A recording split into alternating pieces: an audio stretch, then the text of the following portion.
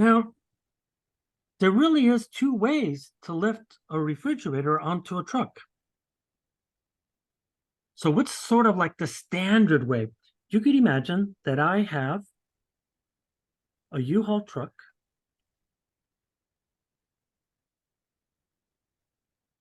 Let's say this is the U-Haul truck right here. So when I'm looking at my truck, you could imagine, and then this is sort of like the bed of the truck right here. Now, the way most people lift a U-Haul, they use a U-Haul truck, is that, what do they do here? You have a ramp. What comes with the truck here is that you get this thing called a ramp. And that's pretty goddamn important. Oh, small. Right? So now you could imagine if you're going to move a refrigerator,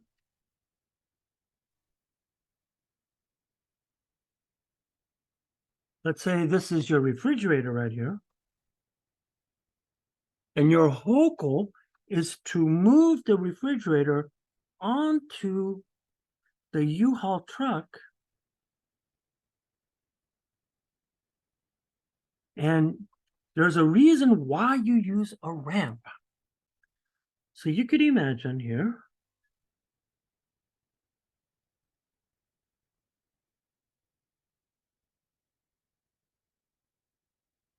right?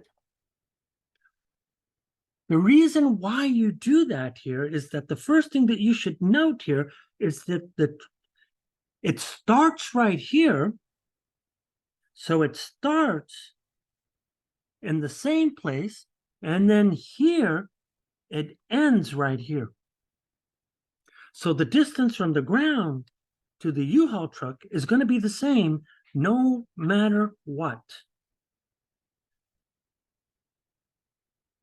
So there's another way that you can do it, right? If you were an idiot, you thought that you could save money by not getting the ramp on a U-Haul truck, even though they come with it automatically. But your dumbass does what? It says, well, I'm going to save money this time, and I'm going to lift this truck up. And the whole goal is to get the truck onto the U-Haul. So when you're looking at this thing here, note that they start, right? It starts at the same place and it ends at the same place. So believe it or not, both of these require the same amount of work. But what's the difference? This one requires a small force to do it. This one requires a big force. The cost of doing the smaller force means that you have to move this a larger distance. Here, you just have to move it a smaller distance. In each of these situations, we can say here is that because they both start and end at the same locations,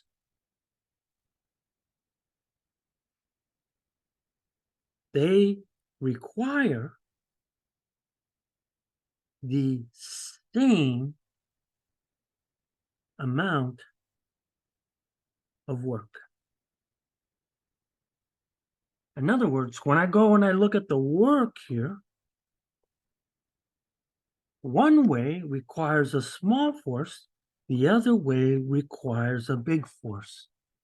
But the cost of the small force is a large distance. The cost of a big force is that you have a small height that you have to change it here.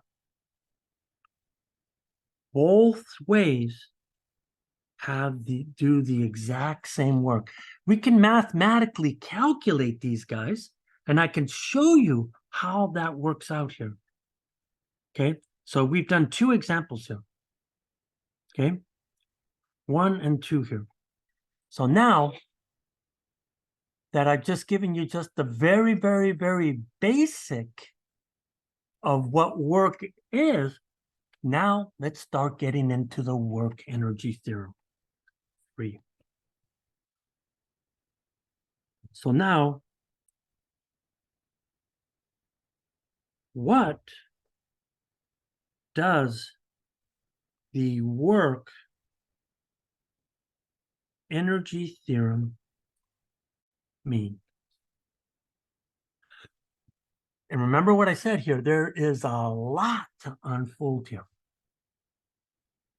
So the way I would think about this, I would say that most people expect that if they do work, you should get something in return. That seems reasonable.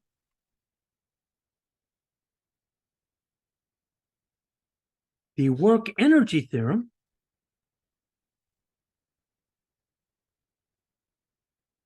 states exactly this. When a net force performs work,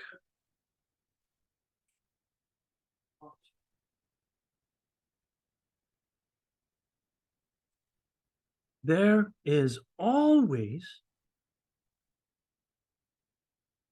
a result for that effort.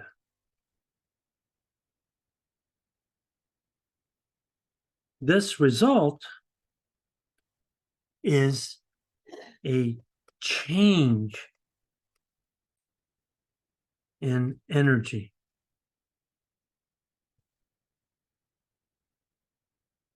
So then we get to the same thing that we said with momentum. Energy like this is meaningless. It has no meaning whatsoever. You can't define energy by itself. The work energy theorem is really, really clear. It says that if you do work, this causes a change in energy. This is meaningful.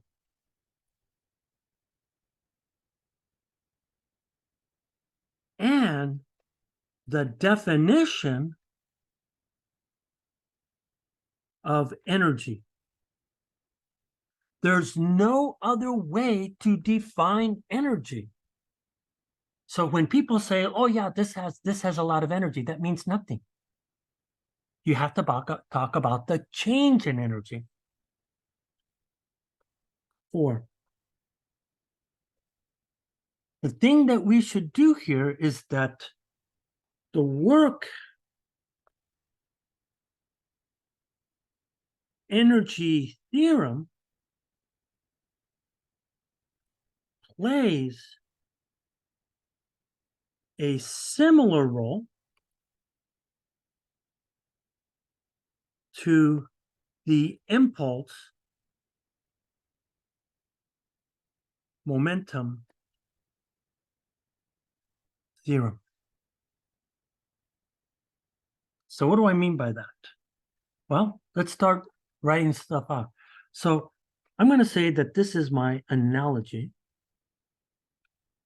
And my analogy says that according to the impulse momentum theorem, if we have an external impulse, it changes the momentum. Look at that. It's exactly like this. This is meaningful and defines momentum. That is the definition of momentum here. Now, if we want to draw this in a picture here, here's what we find, that the impulse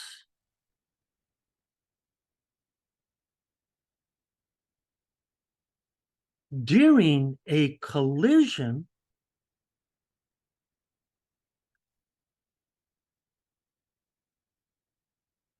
transfers and does not disappear.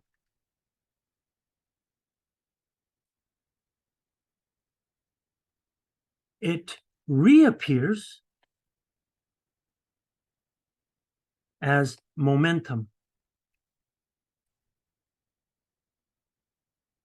What do I mean by that picture-wise? Well, check this out.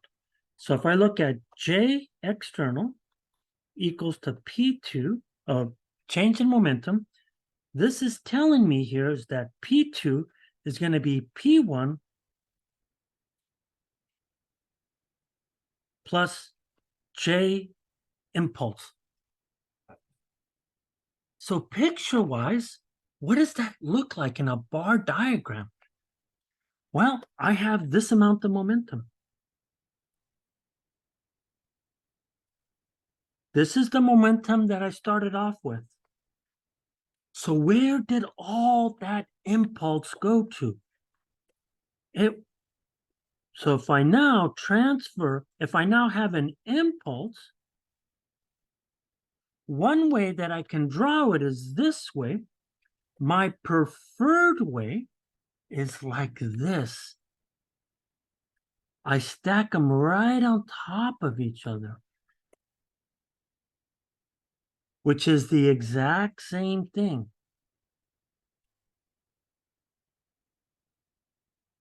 So what you're seeing here is that when I do this, then the impulse momentum theorem says that I have an increase of momentum.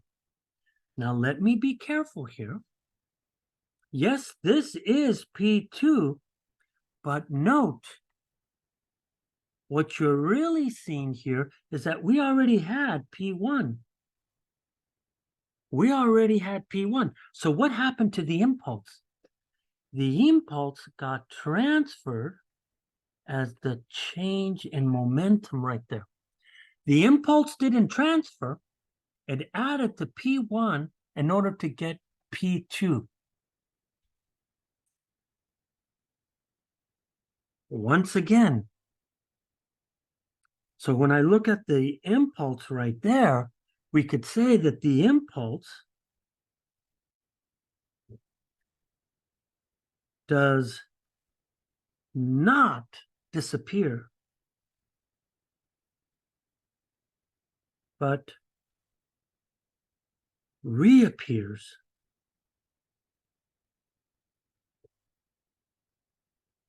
as momentum. In a very analogous way, that's what happens with the work energy theorem. So now, if I now apply this,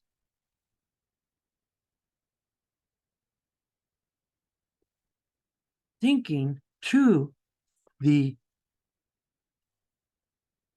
work energy theorem, what actually happens here? In a very analogous way, we say here that if I have external work, this causes a change in energy. right? That defines energy, right? Once again, this is the definition. It defines what we mean by energy. So now, when work is done on a system,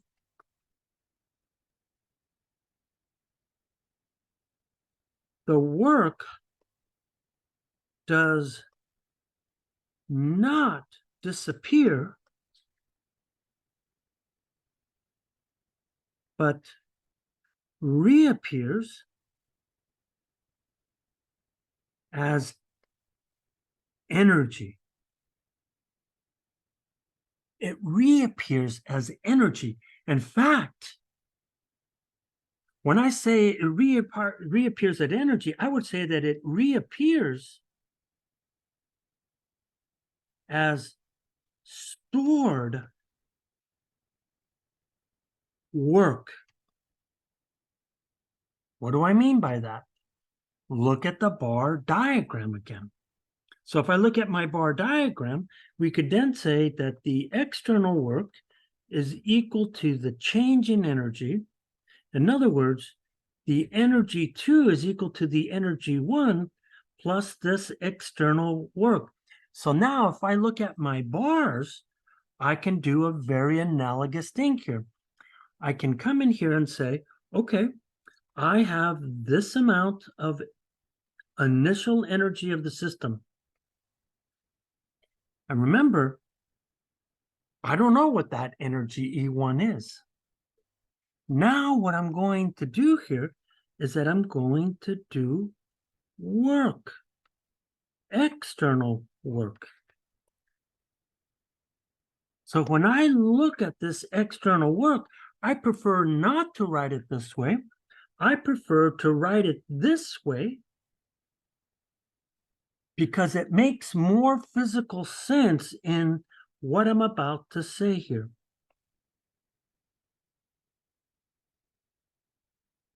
So when I look at this thing, you can see here that now, what do I mean by stored work here? Just like momentum, I can also say that this is stored impulse. So now when I look at the overall energy of the system in this situation, I show that it has increased. So what do I saying here? So here's my energy 2 here. But what you're seeing here is that I already started with E1. The only thing that's meaningful about work here is how much did the energy change? And it's this thing here, this delta thing. I'm saying that this is the stored work. Because when you look at the height of the external work and the change in the energy, that's what I'm talking about right there. So in summary,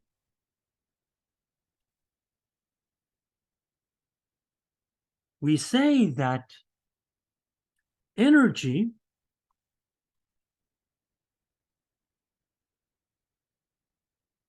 is a measure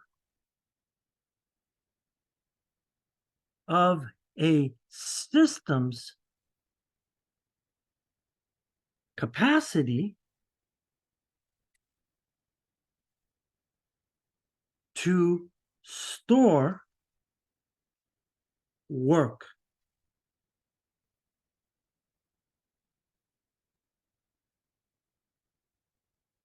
And you got to admit, that's a pretty abstract statement. Energy is a measure of a system's capacity to store work. Energy is stored work, right? said in a very simple way, energy is stored work. Now remember what I said here, abstract, physical.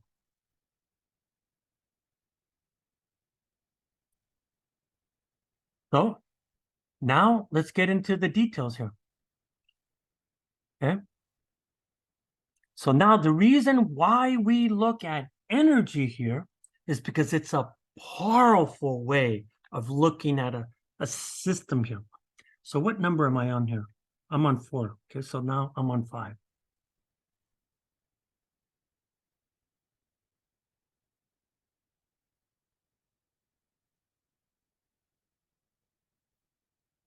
Looking at problems from a systems viewpoint is the way science is done. It is not kinematics. It is not Newton's laws that the way science is done. That is not the way you want to look at it here. So what we want to do here is that we want you to start to think in terms of a system. So what we're seeing here is that energy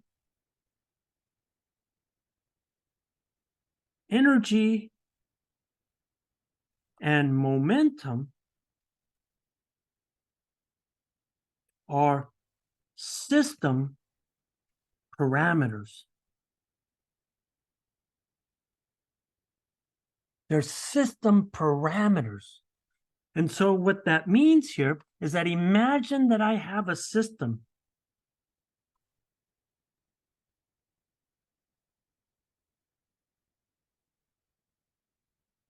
Okay, so here's my system.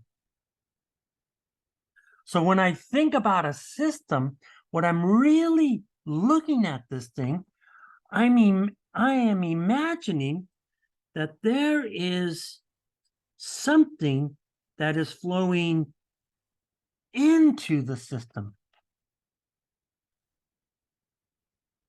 So we look what's going into the system. And at the same time, we are also looking at what's coming out of the system. And when we do this thing here and we look at the whole system, what you're going to find here is that under strict conditions, the system is isolated from the environment. And what ends up happening is that this system now turns out to change.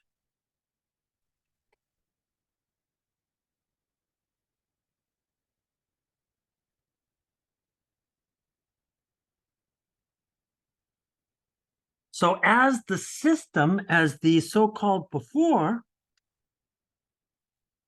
and after, if we match the exact things that we need here, for example, if I have no external forces, then that tells me that the momentum before and afterwards are the same.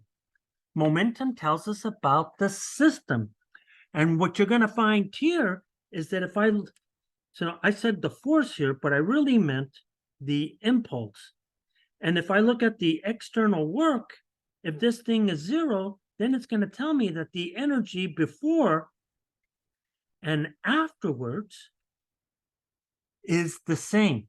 So what we're dealing with here is that we're dealing with how does the system behave under these conditions. And believe it or not, it makes problem solving quite simple. So using this process, or using this approach to problem solving,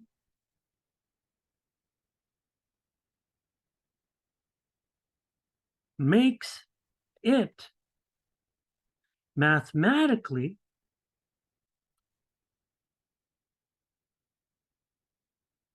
quite simple, but conceptually very challenging.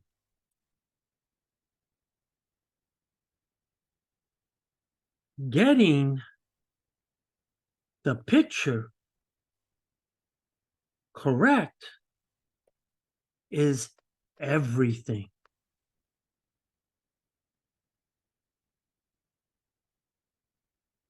So you want to pay attention as you go through this process. The picture, or getting a feel for what is happening, becomes super, super important. So now what I want to do here is that I want to start looking at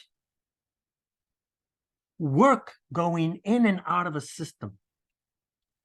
So 6 here. So now what we're going to look at that here, how a system behaves when positive, negative, or no work is done.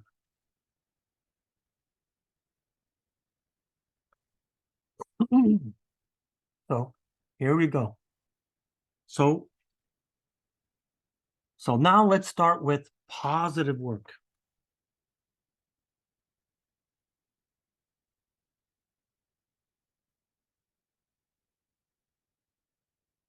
So what does positive work do here?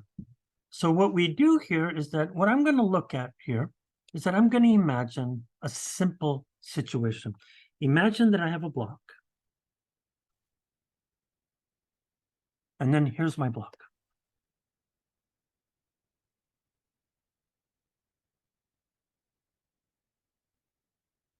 And this block, I'm going to consider my system. So I'm going to say that, okay, I have a system and I'm only going to look at this block. So my system in this situation is what I'm calling my block. So now, as we did with momentum, we have to ask, is there an external work that is being done? Is there an external force acting on this system? And we're going to say that I imagine that I have work that is now going to change the energy of this block.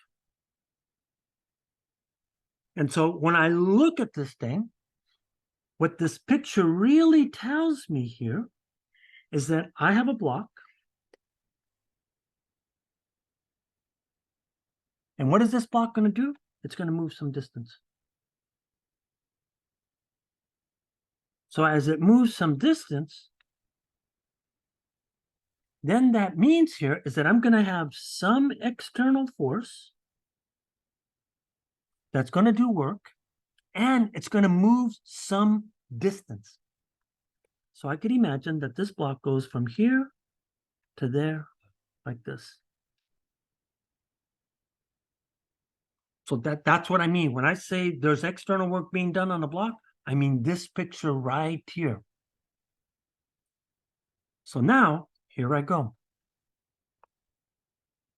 Positive work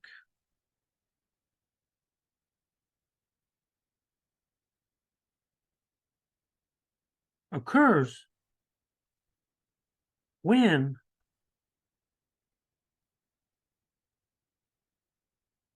the external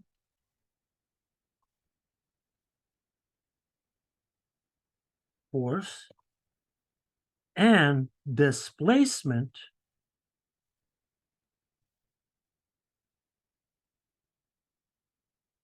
point in the same direction. In other words, if I have a force and if I have a displacement that points in that direction like this immediately tells me that I have done positive work, and that work is greater than 0, of course. So what does that mean? Picture-wise, it means something like this. I have a system, right? Here's my system.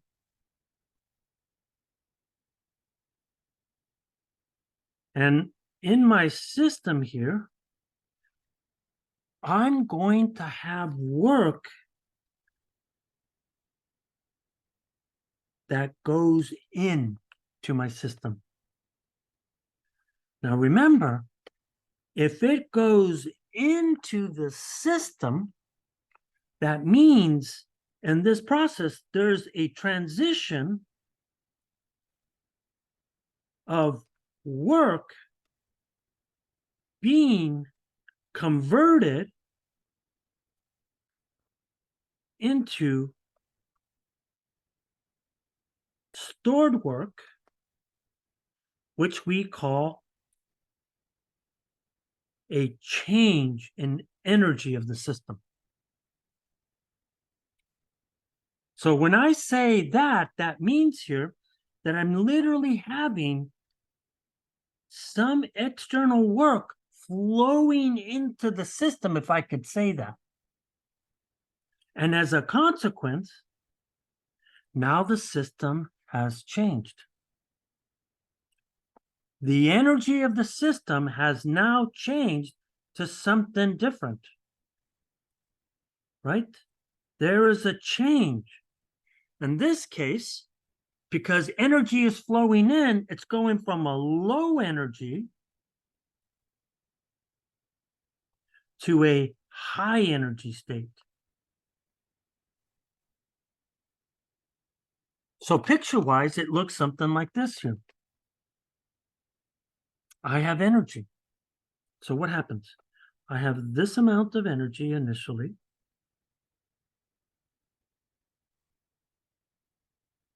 And then what happens? I do work. What does that work look like? Well, that work has now increased the overall energy of the system. What do I mean? That energy went into increasing the energy where I started off at state 1, which is this amount, but now I went to a higher energy state where all of this now becomes that stored energy right there. There's my stored energy. So what language do we say here? So the language over here, we say that then positive work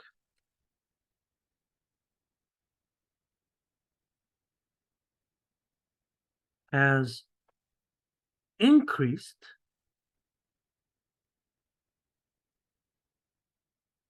the energy of the system.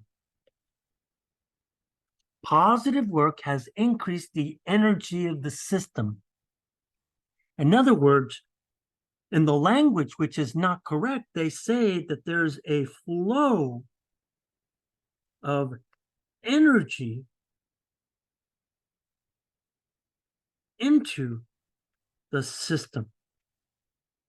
Now, even though that is not correct, I will say that even though I know it's not correct. It's a flow of work that went into stored work, which is what we call energy. Now I can say the same thing about negative work. So now if I look at negative work,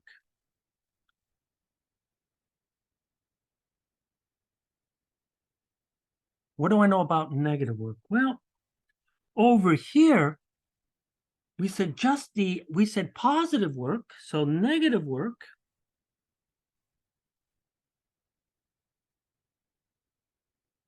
occurs when the external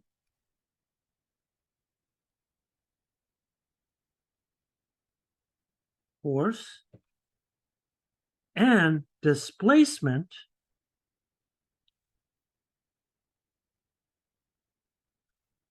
point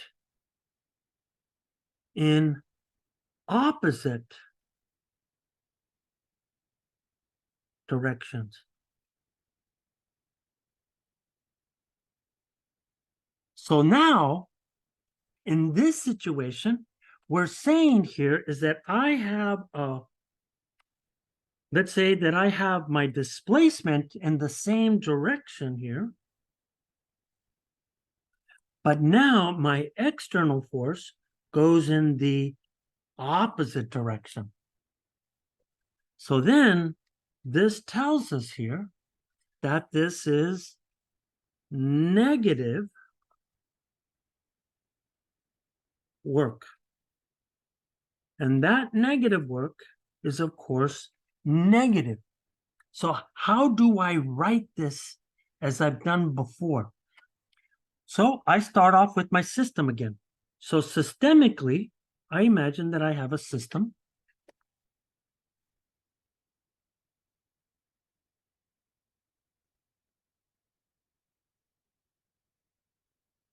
And in this case here, I have a system that's going to be in a high energy state. We don't know what that means yet, but now look what's happening this time. Now there is work that is taken out of the system, not going into the system, but going out of the system.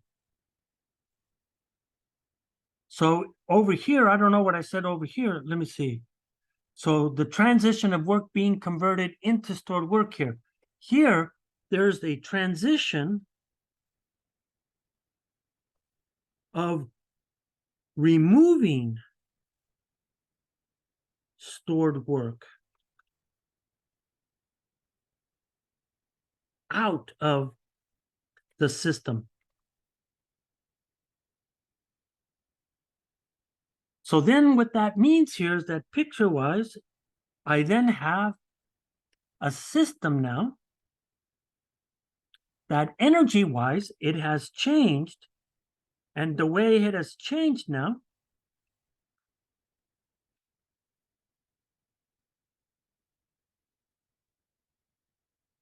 is that now it goes to a low energy state. So then picture-wise, I follow the same status that goes here. So now I look at my energy state. And let's say, nope, that's not the way I want that. I look at this guy and I say, okay, here's my energy state. And if I look at E1, you could see that it has that amount of energy initially. So now I do negative work. And how do I do negative work? I reduce the available amount of work. So if this is 0 here, you can see here that this will be positive, this will be negative. So then this guy is reducing the available work here, or stored energy. And as a consequence, I now have a lower energy state for my system. And you could see by just looking at the sign of this thing, you're doing that. And look what's happening. If I look at this, this is the reduction in my energy. That negative stored work was taken out of the system. So then I say that the negative work decreased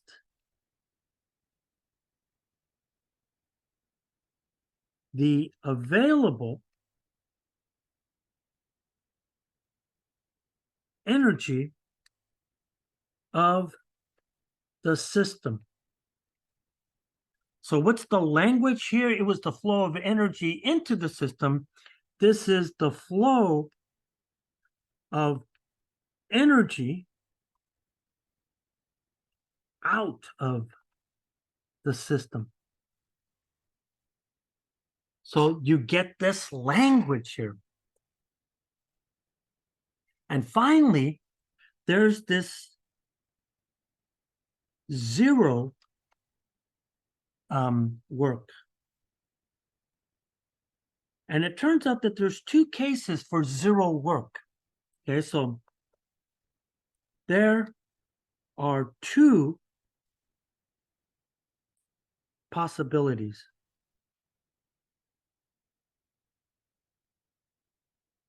So the first thing that we should think about is that, so in this situation, I would say here,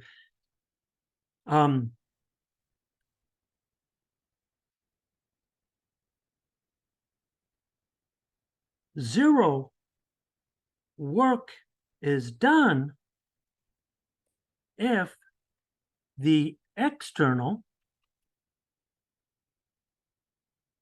force and displacement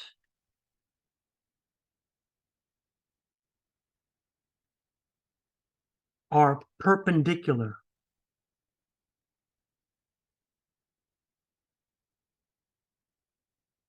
to each other.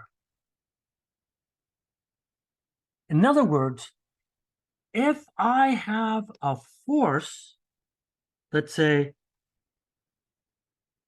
could be an external force in that direction, while the displacement is in this direction, that implies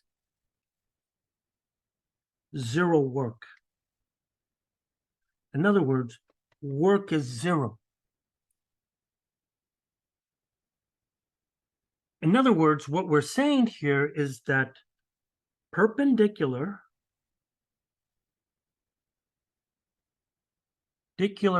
forces will never change the energy of the system because there is no displacement. Only displacements can change the energy of the system. So the force of gravity for something that is moving horizontally will never change the energy of the system. And we'll get more into this in a next time. The one thing that you want to really think about, and this is the one that's tricky here. If the exact same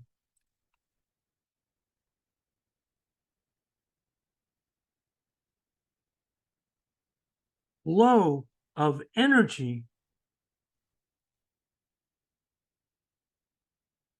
goes into and out of a system, then no work is done.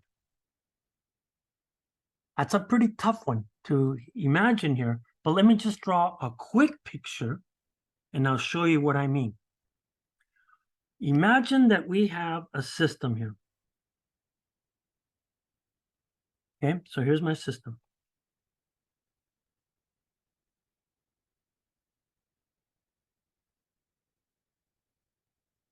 And in this case, I'm going to copy this because I'm going to need it again. So now, if I have exactly the same amount of coming in, that's what's coming in. And I have exactly the same amount as coming out as in, then what happens?